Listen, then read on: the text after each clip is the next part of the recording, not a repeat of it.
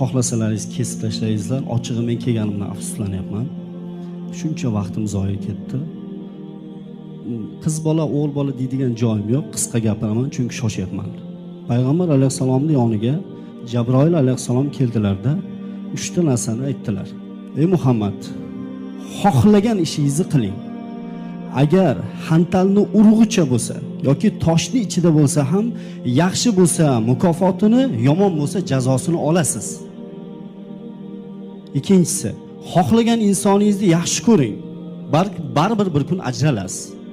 Xohlaganingizcha yashang, xohlaganday. Fahshga botib yashaysanmi, zinoni targ'ib qilib yashaysanmi, avratingni ko'rsatib yashaysanmi, baribir bir kun o'lasan va Alloh taoloning oldiga borasan. Musulmonmi, musulmon emasmi, tan oladimi, olmaydimi, bu meni gapim emas. Bu payg'ambar alayhisalom aytgan gap bu. O'zini musulmonman degan inson tilini tiyib, haddini bilib, hayosini joyiga qo'yib o'tirish kerak. Endi TikTokka men ijtimoiy tarmoqlarda borman. Telegramda, Instagramda, Facebookda borman. Afsuski biz katta ulamolarni, eng O'zbekistonning faxri bo'lgan yurtboshimiz Shavkat Miromonovich faxrlanib gapirgan Shayx Muhammad Sodiq Muhammad Yusuf rahimahullohning ruhiy tarbiyaga oid kanalidagi odamlarning soni bitta ahmoq, axloqi yo'q, betarbiyani kanaldagi odamlarning sonini 100dan biriga kelmayapti. Biz qanday millat bo'lib qayerga keldik?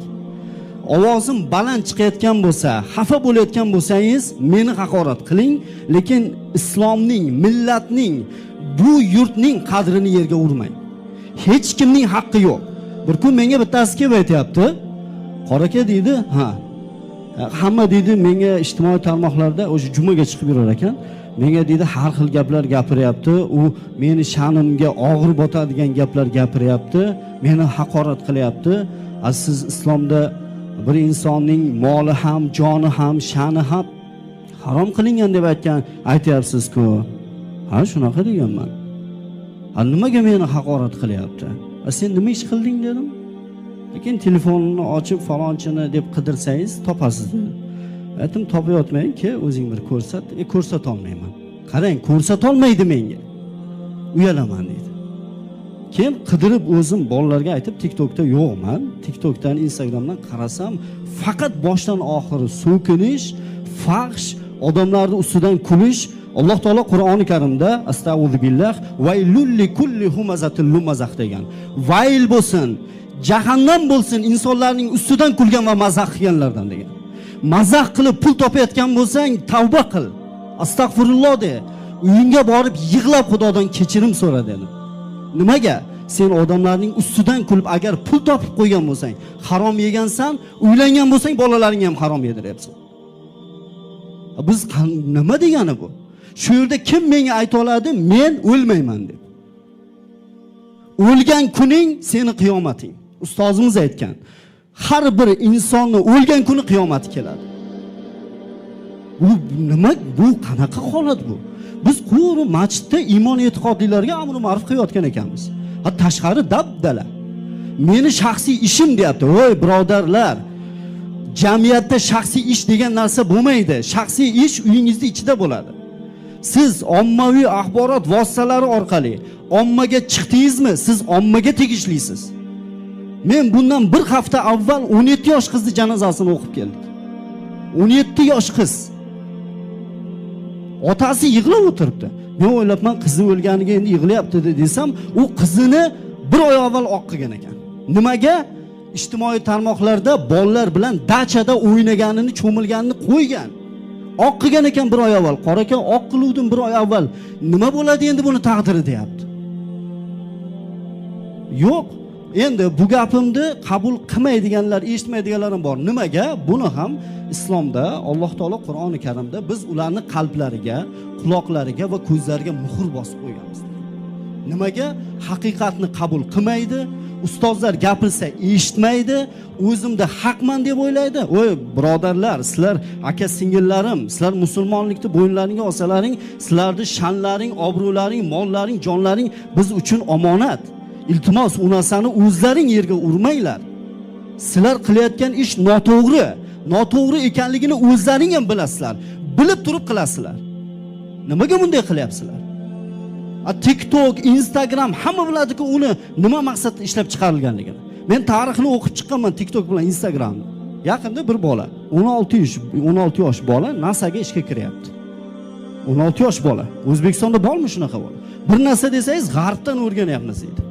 Yoshlar Amir Temur necha yosh bo'lgan? Qur'onni yod olganda 9 yosh bo'lgan. Imom Buxoriy 6 yosh bo'lgan. Zahiriddin Muhammad Bobur 12 yosh bo'lgan. Qodiriy roman yozishni boshlaganda 20 yosh bo'lgan. Abdulla Qahhorning romani 20 yoshida, 18 yoshida yozilgan.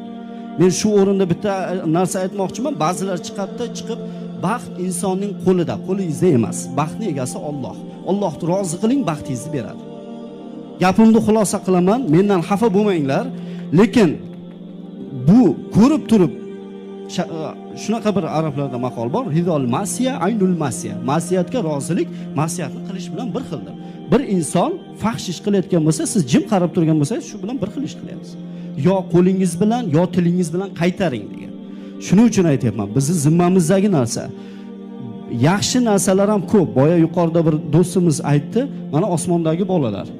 Egasi Timur Atxamov, Toshkent Islom institutini bitirgan bola. Olim yigit o'zi. Ijtimoiy tarmoqlarni, ITni insonlar uchun, yurtimiz uchun manfaatli qilishga ishlatdi shu bola. Uning uchun nima kerak ekan? Uning uchun insonning maneri bor-ku. Chiqib olib aytadi, manerim toza bo'l. Yes, manering toza bo'lsa, sening manering ham toza bo'ladi. Usting boshqacha bo'ladi. Qilayotgan ishlaring ham boshqacha bo'ladi. Inson har bir farzand fitratda tug'ilgan. Sof iymonda tug'ilgan. Ota-onasi uni yo axloqli yo axloqsiz qiladi. Yo unday qiladi, yo bunday qiladi. Sizni qilayotgan ishingiz orqali ota-onangiz ham jabr ko'radi va bitta ogohlantirishni aytib qo'yay. Agar bir insonni yaxshilikka dalolat qilsa, boya ham gaplashdik. Yaxshilikka dalolat qilsa-da vafot etsa, shu orqasida qilgan yaxshiligi, masalan, nechta inson, hozir masalan Burxon aka odamlarni bir yaxshilikka da'vat qilib qo'ysa, shu odamlar bilan barobar savobga ega bo'ladi. Ulamolar shu hadisni sharhida aytadi. Agar bir insonni yomonlik qilishiga da'vat qilib qo'ysa, Alloh asrasin. Shu siz o'lsangiz ham orqangizdan gunoh yozilib turadi. Eslaringdan chiqarmanglar, har bir daqiqalaring uchun TikTok, Instagram, YouTube xohlagan tarmoqdagidek har bir sekundlaring uchun, har bir qilgan ishlaring uchun albatta javob berasizlar. Bu dunyo sinov dunyo. Har bir salomning aligi bor. U alikni Alloh taolo qiyomatda oladi. Eslaringdan chiqarmanglar. Men yaxshilik qilib yuribman. Men shunchaki qilgan ishing uchun ham javob berasan. Payg'ambar sollallohu alayhi vasallam aytdilar, kim Allohga va oxiratga iymon keltirgan bo'lsa, yo yaxshi gap gapirsin, yo jim o'tirsin, yo yaxshi ish qilsin, yo jim o'tirsin dedi.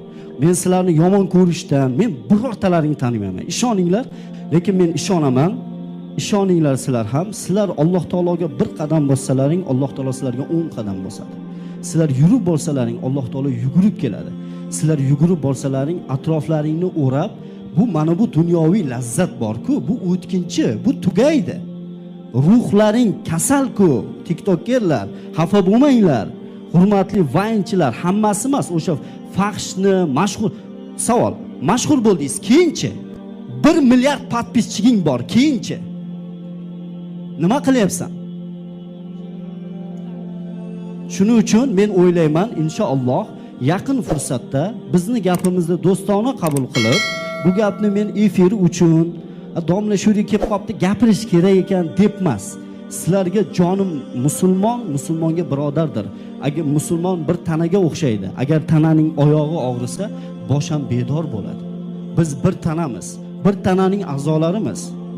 Agar Allohga va rasuliga iymon keltirgan bo'lsalaring, bugundan hozirdanoq tavba qilinglar, fahsh ishni to'xtatinglar qilishni.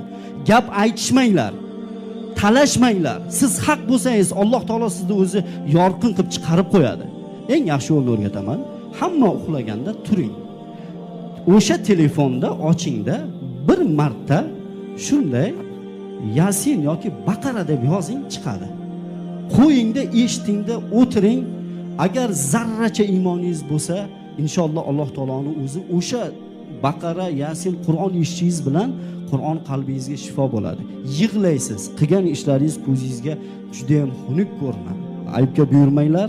Hammalaringga Alloh taolodan rushdi hidoyat, tavfiq, baxt, saodat tilayman. Menga ruxsat berasizlar, shoshib turgan joyim. Rahmat katta. Sog' bo'linglar. Assalomu alaykum va rahmatullohi va barakatuh. Rahmat.